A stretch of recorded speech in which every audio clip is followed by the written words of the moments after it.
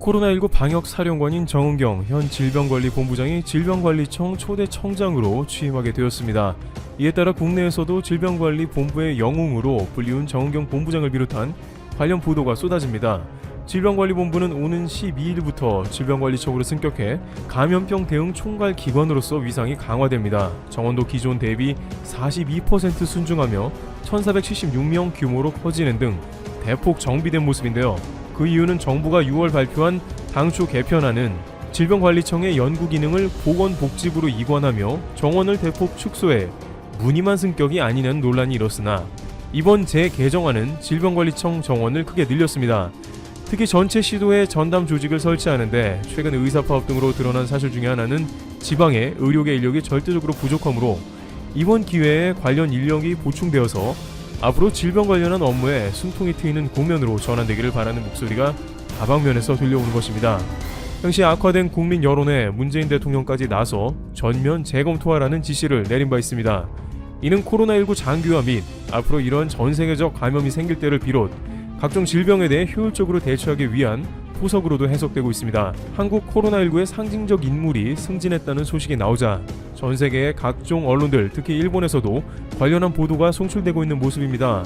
지난 5월 코로나를 극적으로 가라앉힌 한국을 두고 요미우리 신문은 진정한 영웅이 한국에 등장했다며 극찬한 바 있습니다.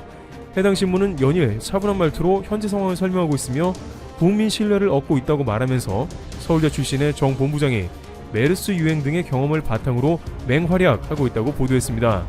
당시 일본에서는 정은경 본부장이 하루에 1시간보다는 더 잔다는 발언을 할 정도로 업무 시간이 길며 머리 감는 시간을 절약하려고 짧은 머리를 한다는 등 비상한 관심을 보이기도 했습니다. 미국 유력 일간지 월스트리트 저널도 일관되고 솔직한 언급, 정보에 근거한 분석을 하고 있다고 보도하면서 한국 사람들은 본능적으로 정 본부장을 신뢰하고 그의 말을 사실이라고 믿는다고 보도했습니다. 주한미군 사령관인 로버트 에이브럼스조차 트윗을 통해서 정 본부장을 비롯해서 질병본부의 활약을 극찬했는데 특히 24시간 동안 지치지도 않으며 강해지고 있다고 직접 언급하기도 했습니다. 이와 같이 정은경 본부장이 새로운 기관의 초대 청장이 된 것은 아무런 거부감 없이 자연스러운 것입니다. 그런데 일본 언론 및 네티즌들의 반응은 지난 5월에 극찬한 바와는 달리 다소 거리가 멀어졌다고 하는데요. 상케이 같은 경우에는 정은경 본부장이 WHO의 총장으로 출마할 가능성을 논하면서 그렇다면 일본에서도 가만히 있지 말고 한국에 대응하는 WHO 총장 후보를 내야 한다고 밝혔습니다. 특히 일본은 한국이 국제무대 수장을 하는 것에 예민한데요. 최근 유명희 산자부 통상본부장이 WTO 총장에 출마하자 연일 경계하며 일본은 절대로 그에게 표를 줘서는 안 된다고 강조하고 있는 상황입니다. 다만 일본에서는 영어를 잘하는 관련 분야의 전문가가 없기 때문에 총장 후보를 내지 못하고 있다고 하죠. 과거에는 반기문 유엔 총장이 입후보했을 때 일본에서 끝까지 한국의 반대표와 기권표를 던졌었다며 트럼프 행정부의 특별안보보좌관 볼턴이 자신의 자서전에 일본의 행동을 적나라하게 밝힌 바 있습니다.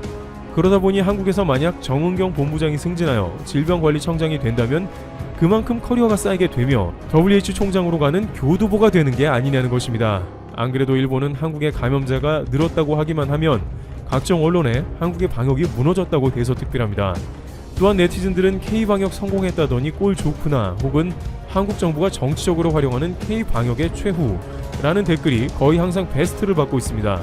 한국의 방역이 자랑하더니 결국에는 확산이 되고 있다거나 혹은 K방역은 실제로는 집권여당이나 대통령의 정치적 권한을 강화시킬 수단으로만 이용당할 뿐이고 실제로 한국의 방역은 대단할 것은 없다는 것입니다. 특히 이번 한국의 3차 확산 때 일본 언론의 보도를 비롯 대중들의 반응은 더 심했습니다.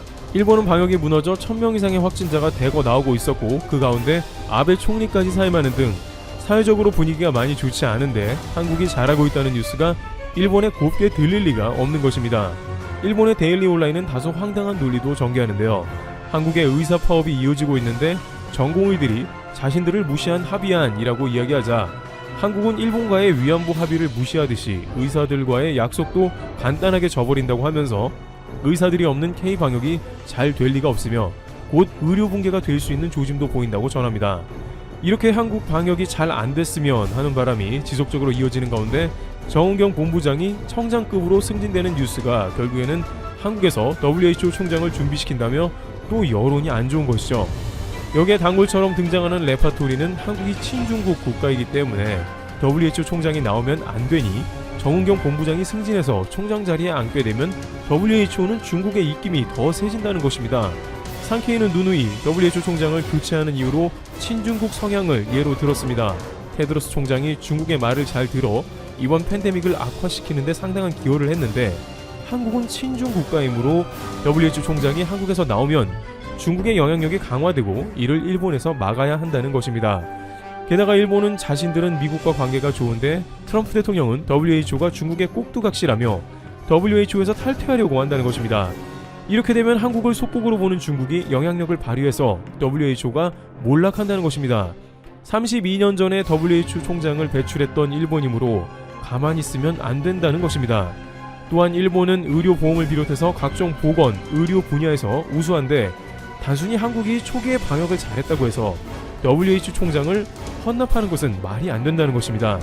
산케이는 G7의 절대적인 지지를 받고 있는 일본이므로 한국을 애초에 경계해야 하며 관련 선진국들의 지지를 이끌어내어 한국에서 후보가 못 나오도록 해야 한다며 일어나지도 않은 일을 지레 겁을 먹으며 경계하는 것입니다.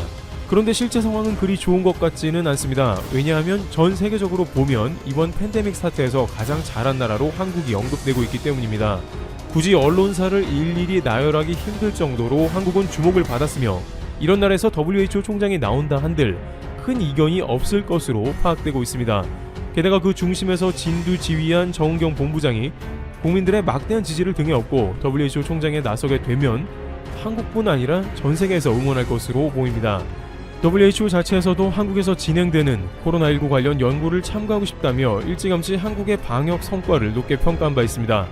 WHO는 한국의 방역을 세계적 표준으로 만드는 데 참고한 것입니다. 그리고 그 가운데에 정은경 사령관이 있는 것이죠. 반면 그 가운데 일본의 방역 지침이나 성과는 거의 언급되지 않아 대조를 이루고 있습니다. 오히려 일본이 섣불리 방역을 완화하게 된다면 2차 대유행을 맞게 된다고 경고하기도 했습니다.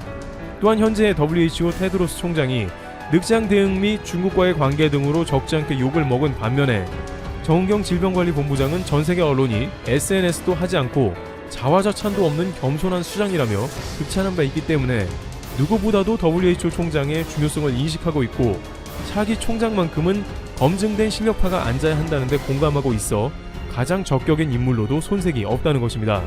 최근 한국은 3차 감염 여파를 잠재우며 다시 100명대로 감소하는 단계에 있습니다. 일본은 내심 가까운 한국도 일본처럼 확진자가 폭발해서 혼란스러운 국면이 왔으면 하는 바람이 있었으나 역시나 정은경 본부장은 2.5단계 격상 등 철저한 조치를 통해 어려운 3차 확산도 잡아내고 있다는 평이 나옵니다. 그러나 일본도 결국에는 한국과 같이 제대로 된 질병본부의 사령탑을 부러워한다는 정황이 보입니다. 당시 일본 니케이는 한국의 질병관리본부가 이번 코로나 사태의 맹활약을 통해서 청으로 승격이 결정됐다며 일본 감염관리연구소 등에 비해 10배의 예산도 집행하며 관련 인력도 한국이 훨씬 많다고 지적합니다.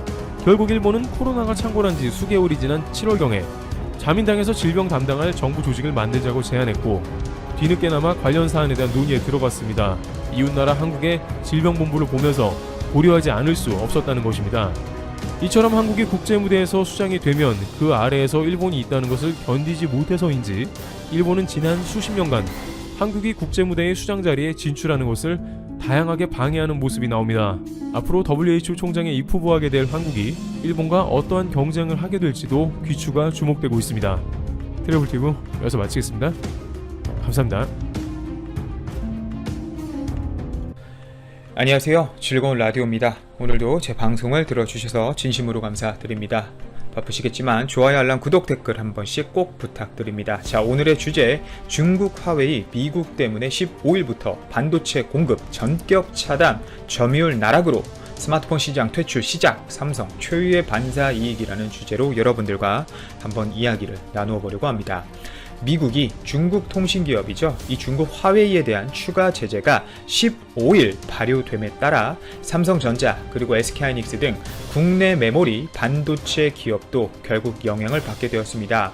우선 8일 반도체 업계에 따르면 삼성전자와 SK하이닉스를 비롯한 글로벌 반도체 업체들은 15일부터 화웨이의 반도체 공급을 사실상 중단하게 되는 것이죠. 그 이유는 미국 상무부가 지난달 17일이죠. 화웨이에 대한 추가 제재로 미국의 장비와 소프트웨어, 설계 등을 사용해 신규로 생산하는 이 반도체를 미국 정부의 사전 승인 없이 화웨이에 공급하지 못하도록 한 것이 오는 15일부터 발효가 되기 때문입니다. 며칠 안 남았죠. 뭐 아시겠지만 현재 사실상 반도체 시장에서 설계 소프트웨어부터 시작해서 생산 장비까지 이 미국의 기술이 포함되지 않은 분야는 거의 없다고 보셔도 무방합니다. 없어요. 없다고 호언장담 제가 할 수 있습니다.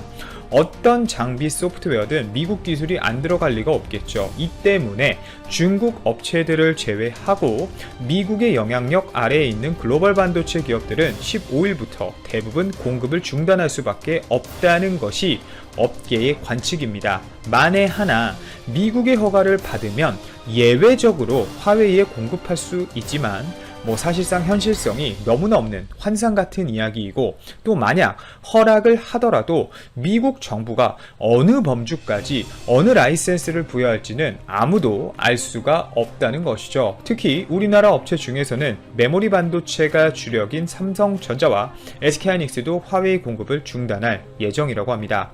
우선 화웨이는 현재 삼성전자의 5대 매출처 가운데 한 곳이고, SK하이닉스 역시 화웨이가 매출 전체에서 10% 수준의 정도를 차지하는 판매처로 알려져 있습니다. SK하이닉스에게 굉장히 큰 고객이라는 것이죠. 특히 메모리 반도체에 이 주력을 하고 있는 SK하이닉스는 결국 좀 더 단기적 타격이 클 수밖에 없을 것이고, 우리나라 업체들 뿐만 아니라 단기적으로는 이 글로벌 반도체 업체들과 함께 중국과 엮여있는 국내 반도체 회사들도 타격이 분명 예상이 됩니다. 우선 미국에게 된통 당할 수는 없었는지 화웨이는 최근 미국 추가 제재를 앞두고 상당량의 반도체 재고를 확보한 것으로 전해집니다. 최근 D램 현물가가 갑자기 상승하는 이유 가운데 하나도 화웨이가 D램을 비롯한 반도체를 대거 사들여 재고량을 극대화하고 있기 때문이라는 게 업계의 분석이고요. 그러나 반도체와 관련된 입장에서 장기적으로 우리가 생각을 해보면 단기적인 앞서 말씀드린 리스크들은 분명 생겼지만 사실상 큰 영향이 없을 확률도 매우 큽니다. 우선 화웨이가 반도체 조달을 하지 못해서 스마트폰 생산을 중단하면 오포, 비보, 샤오미 등 다른 중국 업체들이 반사이익을 얻게 돼서 판매가 늘어날 수 있기 때문입니다. 중국 같은 경우는 아시겠지만 자국 스마트폰 사용을 굉장히 독려가 아닌 강요를 하고 있죠. 말이 좀 웃기긴 한데 맞아요. 강요를 하고 있습니다. 미국과 중국의 관계가 최악이었던 작년 기준 애플 스마트폰을 쓰면 안 좋은 상황을 만들어내는 등 화웨이 제품 사용을 아주 적극적으로 밀어붙이기도 했었죠. 지금도 그렇고요. 이런 나라가 화웨이 판매량이 줄어들면 당연히 다른 중국 기업 스마트폰을 밀 수밖에 없을 겁니다. 절대적으로 자국민 시장이 엄청나게 크기 때문에 똑같은 행동을 할 것이고 절대 놓칠 수 없는 시장이란 거죠. 자연스럽게 중국 스마트폰 생산량은 또 올라갈 수밖에 없을 것이고 화웨이를 제외하고 말이죠. 이에 따라 우리나라 메모리 반도체를 다시 찾을 수밖에 없는 그런 상황입니다. 또 글로벌 스마트폰 시장에서 이 프리미엄급 스마트폰의 경우 화웨이의 추격을 받는 삼성전자 입장에서도 스마트폰 점유율을 오히려 그 격차를 더욱 벌릴 기회가 될 수 있습니다. 특히 이 스마트폰 부분에서 미국의 제재가 꽤 효과적이라는 것을 알 수 있는 정보가 있습니다. 미국의 여러 제재에도 꿋꿋이 버티던 이 화웨이가 드디어 본격적인 제재 악영향을 받기 시작했거든요.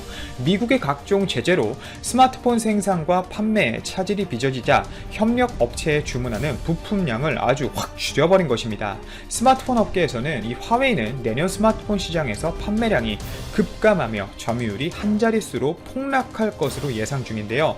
우선 대만이죠. 이 대만 디지타임스에 따르면 화웨이가 올 하반기 출시할 전략 스마트폰 이 메이트 40 시리즈 부품 주문량을 기존보다 30%가량 줄였다고 보도했습니다. 미국의 제재로 모바일 AP와 D램 반도체 수급이 어려워지자 전체 판매 목표량을 하향 조정하고 부품 발주량을 아예 줄인 것이죠. 화웨이의 생산량 감축 움직임은 단순히 메이트 40 시리즈 하나에만 그치지 않습니다. 국내 스마트폰 부품 업계에서는 화웨이가 내년 스마트폰 생산량을 올해 1억 9천만 대보다 74% 급감한 5천만 대로 대폭 하향 조정했다는 이야기까지 나오고 있습니다. 엄청나죠? 실제 올 2분기 전 세계에 스마트폰 5,580만 대를 팔며 삼성전자를 제치고 1위에 올랐는데요.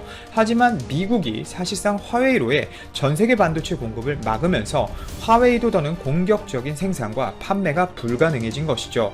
화웨이가 대만의 TSMC 반도체 위탁 생산을 할 수 있는 기간도 제가 아까 말씀드렸듯이 15일까지 얼마 안 남았기 때문에 일주일밖에 남지 않았습니다. 뭐 어떻게든 해결해 보려는 화웨이가 대만의 미디어텍이 만드는 이 모바일 AP, 디멘시티까지 사들이고 있고, 메모리 반도체도 닥치는 대로 사들이면서 재고를 비축하고는 있지만, 이러한 비축 재고도 내년 상반기부터 떨어지면서 화웨이가 본격적인 악영향을 받을 수밖에 없을 것 같습니다. 여러 가지 애는 쓰고 있어요. 미국의 제재로 반도체 공급이 막힌 상황에서 홀로서기 자체를 시도하고는 있습니다만, 우선 구글 안드로이드가 막혔죠. 따라서 자체 운영체제인 하모니 OS를 탑재한 휴대폰을 내년 처음 출시하겠다고 밝혔습니다. 하지만 출시해봐야 판매할 수 있는 스마트폰이 너무 한정적이어서 쉽지 않다는 것이 팩트죠. 자, 또 하모니 OS를 만들어가지고 팔면 그게 해외에서 팔릴까요? 해외 시장에서 구글 안드로이드를 대신 자체 OS를 탑재한 스마트폰이 중국 외 유럽과 남미 시장 등에서 먹힐 가능성은 사실상 거의 제로라고 보시면 됩니다. 양강구도잖아요. 구글 OS랑 그 다음에 애플 이렇게 말이죠. 거기에 기존에 사용하던 사람들이 구글맵, 지메일 등 아예 앱 자체가 다운도 안 되고 탑재도 불가능해졌기 때문에 굉장히 불편해질 것이란 말입니다. 당장 현재 화웨이의 스마트폰 시장 점유율이 19%인데 내년에는 4.3%로 점유율이 아주 급락할 예정이라고 합니다. 15%포인트가 단 1년 만에 폭락해버린다는 것이죠. 이렇게 되면 사실상 화웨이가 미국의 제재로 스마트폰 시장에서 아예 퇴출될 수 있는 상황입니다. 그리고 솔직히 말씀드리면 화웨이의 이런 몰락의 모습이 사실 예상보다 꽤나